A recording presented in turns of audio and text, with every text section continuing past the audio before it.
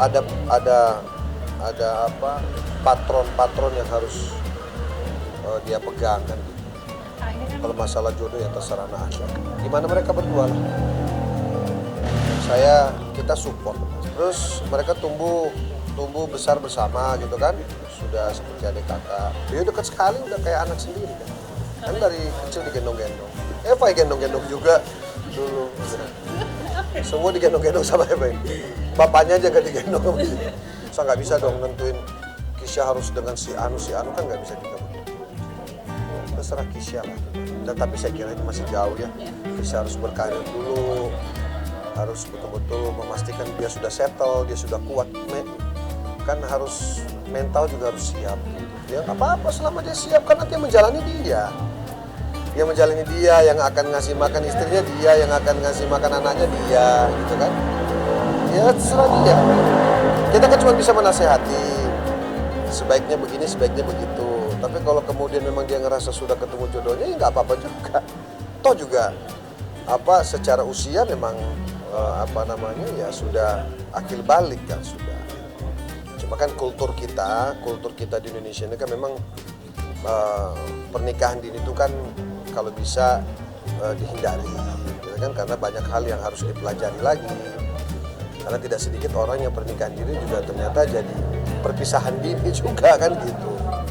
Nah betul-betul harus diputuskan dengan matang. Saya bapak yang sangat terbuka sekali lagi. Apapun yang keputusan anak saya, selama dia masih butuh pendapat orang tua, kita akan sampaikan, ya kan? Karena Kisha itu kan sudah punya pendapatan sendiri, sudah punya penghasilan sendiri, sudah punya kerjaan sendiri. Saya harus hormati itu. Oh ya, sebagai bapak pasti kita protek lah, mau sampai dia kayak gimana, namanya kita bapak ya pasti kita protek. Maksudnya kita proteksi akan hal-hal yang kira-kira bisa merugikan dia. Ya nggak ada masalah juga. Bagus lah, Enda pasti senang karena royaltinya nggak kemana-mana kan. Karena memang Kisha ini temenan sama Zara. Jadi mereka tuh kadang kalau ungu manggung, gue lihat tuh ada 3 yang suka datang kalau ungu manggung. Ada Aldia, anaknya Mas Maki, Kisha sama Zara. Ini bertiga nih selalu muncul nih. Cuman kan anaknya Mas Maki nggak nyanyi.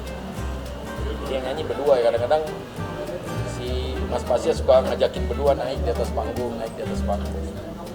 Ya jadi mungkin ada chemistry kali ya, jadi bernyanyi rame-rame, apalagi kan mereka bernyanyi tentang lagu bapaknya yang kita udah tahu. Ya santai-santai aja sih, bebas aja lah anak-anak kamu siapa aja. Loh Kisha juga punya pacar, Sarah juga masih baru mulai belajar. Kalau soal sama Kisha kan dia udah dari kecil temenan, udah kayak kakak adik lah. Apalagi kan Zara kan seumuran sama Sakina, adiknya Kisha. Dan Kisha kan memang kayak gitu kan, dari dulu Kisha tuh penyayang sama adik-adiknya. Memang terlihat banget, karena kan paling tua di Ungu itu, kalau anak-anak kita itu ada Reka, anaknya Mas Roman. Habis Reka ya udah Kisha. Jadi ini kayak pengayom adik-adiknya. Kalau kita ketemu, lu kan nggak pernah ngeliat kalau kita ketemu keluarga bawa anak-anak, ya Kisha tuh pengayom. Ya kan kita nggak tahu nasib ke depan kayak gimana ya. Ya kalau memang udah nasib, walaupun kita mau nggak mau, kalau udah nasib ya mau gimana. Ya kan pasrah semua kan sama Allah yang atur semuanya. Ya kita atur sebaik mungkin sekarang, karena memang ya tidak terlihat sama kamera aja, tapi anak-anak kita nih, anak-anak Ungu, anak-anaknya Mas Maki, Mas Roman, Mas Onci, itu semua akrab kalau ketemu. Kalau kita lagi kumpul keluarga tuh akrab. Ya wajar, namanya juga pasangan muda. Apalagi mereka melihat ada koneksi antara bapaknya yang udah berpuluh tahun rame-rame, udah teman rasa saudara, akhirnya jadi saudara. Ya wajar lah kalau ada komen-komen kayak gitu. Tapi kan kembali lagi ke anak-anak lah. Kita bapak-bapak mana mau ikut-ikutan urusan anak-anak, itu kan urusan hati mereka, bukan urusan kita. Nasihat sih enggak lah. Maksudnya nasihat kayak gimana dulu nih? Kalau nasihat tentang cara hidup, cara bergaul ya pasti gue yakin Mas A jauh lebih tegas dari gue untuk menasihatinya, karena kan Kisha kan laki kan. Kalau gue juga ya seperti itulah, mana gue bilang bahwa hidup lu masih muda, lu bebas untuk memilih siapa teman dekat lu. Yang penting lu tahu bahwa teman itu akan mempengaruhi perjalanan lu ke depan nanti. apabila teman lu tidak baik untuk lu sekarang, maka ke depan pun akan tidak baik untuknya. Jadi pandai-pandailah memilih teman. Kalau larangan buat aku sih enggak, sama sekali enggak. Ya lu boleh tanya sendiri lah, cross check sama Zara lah. Kalau gua kayak gimana di rumah, gua paling nyantai. Lagi kan buang-buang energi buat marah sama anak itu. Orang anakku baik-baik semua, alhamdulillah.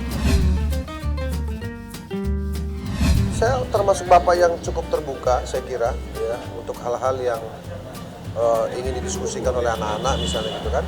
Ya kan, pokoknya sejak Kisha usia remaja dia sudah bisa berargumentasi dengan bapaknya. Ya sejak itu juga kita sudah lebih close lebih intim lah. Ya, untuk persoalan tumbuh kembangnya dia, termasuk dia nanti sekolahnya gimana. Kisha ini mau ngejar apa sih gitu kan. Kisha nanti ke depan mau ngapain, mau jadi apa, segala macam. Ya sejauh ini kan obrolannya masih obrolan, saya sebut itu obrolan kopi susu lah namanya ya. Obrolan kopi susu itu ya obrolan lepas. Ya aku pengen inilah Dad, aku pengen ini, ya udah. Oh iya kalau teleponan iya. Kalau teleponan, WA-an udah enak. Malah kadang-kadang sekarang lebih banyak Kisha yang gitu kan, lebih banyak Kisha yang nanyain. Ya, gimana kita ini gini. Oke. Biasanya apa yang didiskusi? Ya banyak, kadang-kadang kita ya mau nongkrong lah, mau main, nanti ayah konser di mana kita gini gitu. Kegiatan dia apa, saya suka nanyain juga, kayak syuting di mana lagi. Oh di sini katanya dia mau kemana? Ke Semarang apa kemana gitu, ada syuting lagi lah yang tadi. Ya udah gitu aja, hati-hati. Saya juga nggak pernah ngajarin cara dia harus bicara seperti apa, tapi saya termasuk yang surprise sih melihat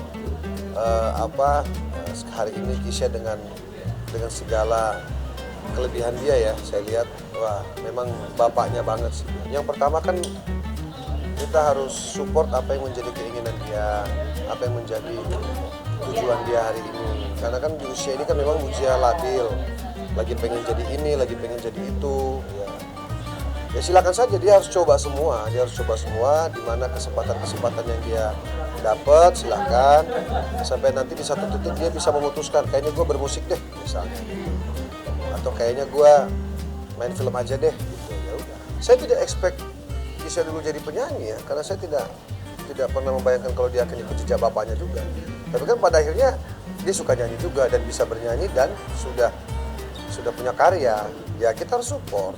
Gitu. Saya jujurnya nggak pernah ngajarin, kamu harus nyanyi, kamu harus acting, nggak pernah juga. Semua berjalan dengan sendirinya, mengalir dan sampai hari ini Kisha banyak sekali prestasinya menurut saya ya.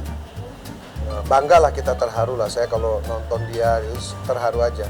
Wah hebat ini, maksudnya saya selalu katakan bahwa Kisha itu besar karena dia, bukan karena bapaknya. Dia harus mateng dong, masa setengah mateng, harus mateng dong. Udah 19 tahun, udah bentar lagi panjang umur, tahun depan udah 20, udah kepala 2 kan, udah besar, sudah bisa menentukan arah ke depan maunya seperti apa, kan?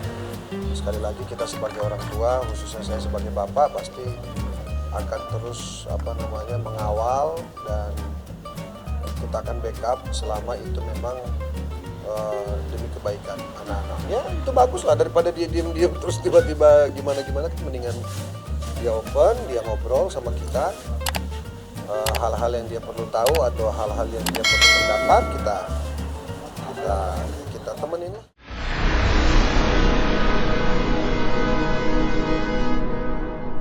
Jadi jangan lupa untuk subscribe Cumi Cumi. Ditekan ya tombol lonceng merahnya.